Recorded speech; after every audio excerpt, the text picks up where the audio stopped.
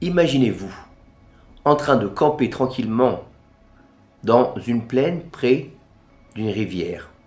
Puis, venant la nuit, vous entendez des bruits particulièrement effrayants. Vous décidez de prendre toute votre famille avec laquelle vous campez et aller de l'autre côté de la rivière, les amener de l'autre côté de la rivière. Donc vous faites les va-et-vient pour emmener tout le monde parce que vous avez une grande famille, grâce à Dieu, avec beaucoup d'affaires avec vous. Et puis, à un moment donné, vous vous retrouvez seul du côté de la rivière et là, vous êtes attaqué par un brigand et vous allez vous battre. Vous allez lutter pour votre vie jusqu'au matin. Vous allez devoir vaincre cet ennemi qui est arrivé de nulle part. Est-ce que vous serez en mesure d'y arriver?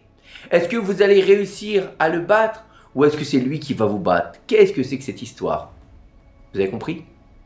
Dans la paracha de cette semaine, Yaakov Avinu, il va traverser le fleuve et à un moment donné, il va se retrouver seul parce qu'il a oublié des petites fioles. Et il va les chercher et là, il est attaqué par l'ange d'Esav. Et ils vont se battre toute la nuit. Et toute la nuit, l'un et l'autre. Une fois c'est Yaakov qui gagne, une fois c'est l'ange qui gagne, jusqu'au petit matin. Et là, ne voyant pas d'issue, l'ange va frapper Yaakov. Où est-ce qu'il va le frapper? Nos sages nous disent dans la hanche. Non, pas dans la hanche, dans la Brit Mila. Il va essayer de le taper dans sa descendance. Parce que Yaakov, il est inébranlable. Yaakov, c'est le Bechir Avot, celui qui a été choisi pour être le père de la nation d'Israël, celui qui va donner naissance aux 12 tribus. Donc l'ange voit qu'il n'a pas moyen de le faire tomber. Alors qu'est-ce qu'il veut faire? Il va le taper dans la Brit, l'endroit de la descendance. En disant, là-bas, tes descendants, ils tomberont. Ils feront des avérotes. Ils auront du mal à se relever, alors je passerai au-dessus d'eux, dit l'ange d'Esav.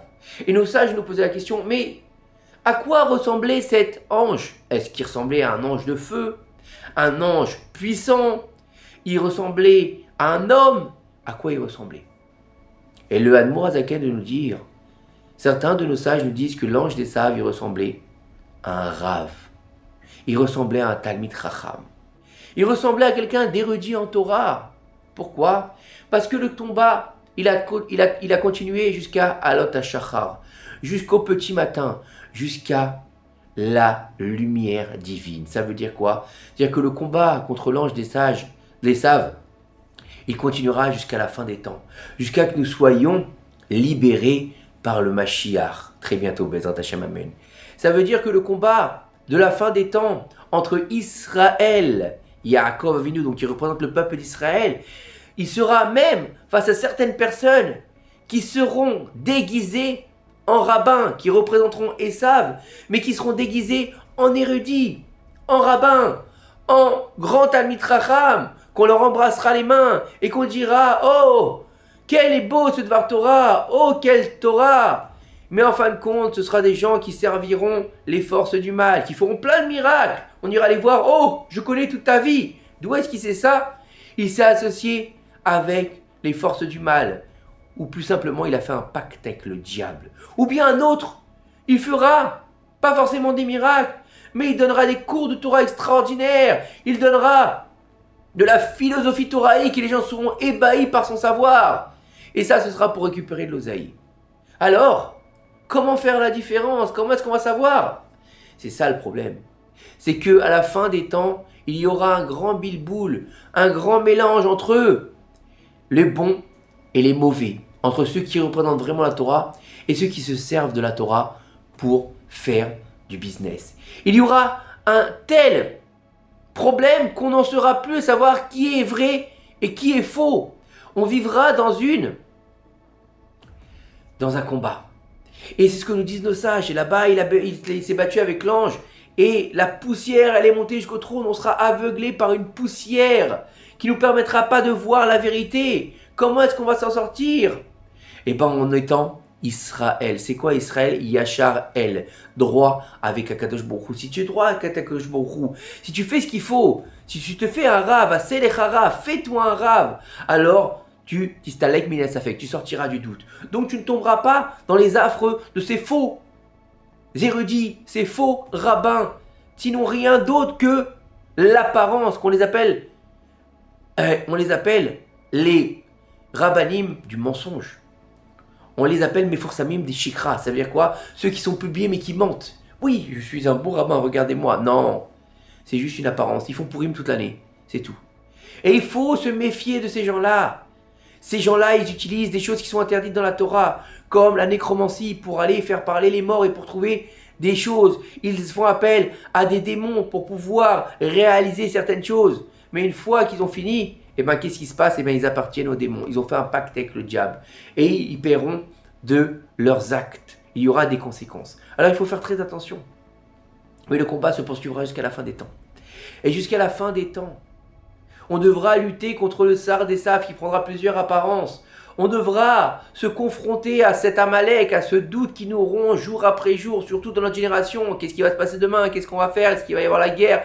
Comment on va s'en sortir financièrement? Mes enfants, j'en peux plus. Qu'est-ce que je vais faire avec eux? Dans quelle école je vais les mettre? Là, il est religieux, il n'est pas content. Là, il n'est pas religieux, il n'est pas content. Là, il va à l'armée, il n'est pas content. On ne sait plus. On est toujours dans le doute. Comment ça se passe à la maison? C'est le doute. Comment ça se passe au travail? C'est le doute. On doute de tout. Pourquoi on doute de tout?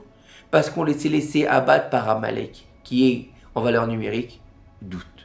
Et donc il faut faire quoi? Il faut être droit. Il lui a dit, bénis-moi, ton nom ne sera plus Yaakov, tu ne seras plus en bas, tu ne seras plus le Hakev, tu ne seras plus le talon, tu seras Yachar El à la tête. Et en fait, il faut comprendre par là que il faut se transformer pour être transcendé dans l'idée d'un devenir. C'est-à-dire de quoi? D'utiliser son potentiel pour devenir le réel. Pas rester dans un potentiel. Je suis Yaakov, alors je reste Yaakov. Voilà, Dieu il a fait que je suis Yaakov, alors je reste en bas, au talon. C'est pas grave, on marche sur la tête, on m'écrase.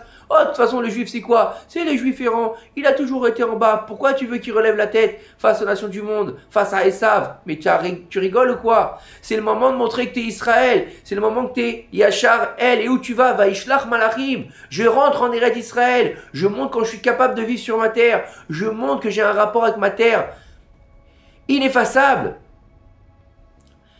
incassable. On ne peut pas ne pas vivre en lien avec Israël, puisque c'est le but de toute la création. Akadosh Baruch Hu, quand il a sorti les enfants d'Israël, d'Égypte, il leur a pas dit, bon bah, vous savez quoi, je vais vous sortir d'Égypte et, allez, je vais vous donner la Torah et vous serez des bons rabbins. Vous serez des grands tzadikim dans le désert. Non. Il leur a dit, et après, une fois avoir reçu la Torah, je vous emmènerai en Eretz Israël. Il faut que vous soyez liés. Pourquoi? Parce que Akadosh Baruch Hu, Eretz Israël et Torah Kedusha Chadem. Ça veut dire quoi? C'est-à-dire qu'ils sont un. C'est-à-dire pas, ça pas que Akadosh Baruch Hu, il est la terre d'Israël. Non, c'est pas ça. On va pas rapporter que Akadosh Baruch Hu c'est un bout de terre. C'est pas ça du tout.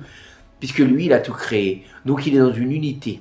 Il est dans une unification avec sa création et avec sa Torah. Ça veut dire quoi? Ça veut dire que le moyen de se rapprocher d'Akadosh Baruch Hu, c'est d'étudier la Torah. Mais où? Sur sa terre. C'est le plus haut niveau pour se rapprocher d'Hachem. On peut étudier la Torah en Chutz Laaretz, bien sûr. On peut avoir des synagogues en Chutz Laaretz. On peut avoir des supermarchés cachers, il n'y a pas de problème. Mais la finalité, le but ultime de la sortie d'Égypte, donc du peuple d'Israël, c'est d'aller sur sa terre. C'est d'aller vivre dans un endroit qui a été donné par Akadosh Baruch Hu, Avraham, Yitzhak et Yaakov, et qui s'est concrétisé avec Moshe Rabbeinu et Yoshua ben Nun. C'est le but. Bien sûr, il faut bien faire les choses. Il faut faire correctement, venir en Israël correctement. Il faut penser à savoir où on va s'installer, quelle école, quel travail, etc. Mais en fait, c'est pas suffisant. C'est pas suffisant. Parce que quand on est en Chutz Laaretz, qu'est-ce qui va se passer? On sera toujours attaqué par le Sar d'Esav. Le Sar d'Esav, il a attaqué quand? Au moment où il rentre en Chutz Laaretz, où il rentre en Eretz Israël. Au moment où tu vas vouloir faire ton aliyah, il va y avoir des problèmes. Donc il faut être fort, il faut tenir et il faut croire en Dieu pour devenir celui qu'on doit être, c'est-à-dire Israël. Que ces quelques paroles de Torah nous aident à faire venir le Mashiach, Bimei Rabbeinu. Amen, qu'il est rafet.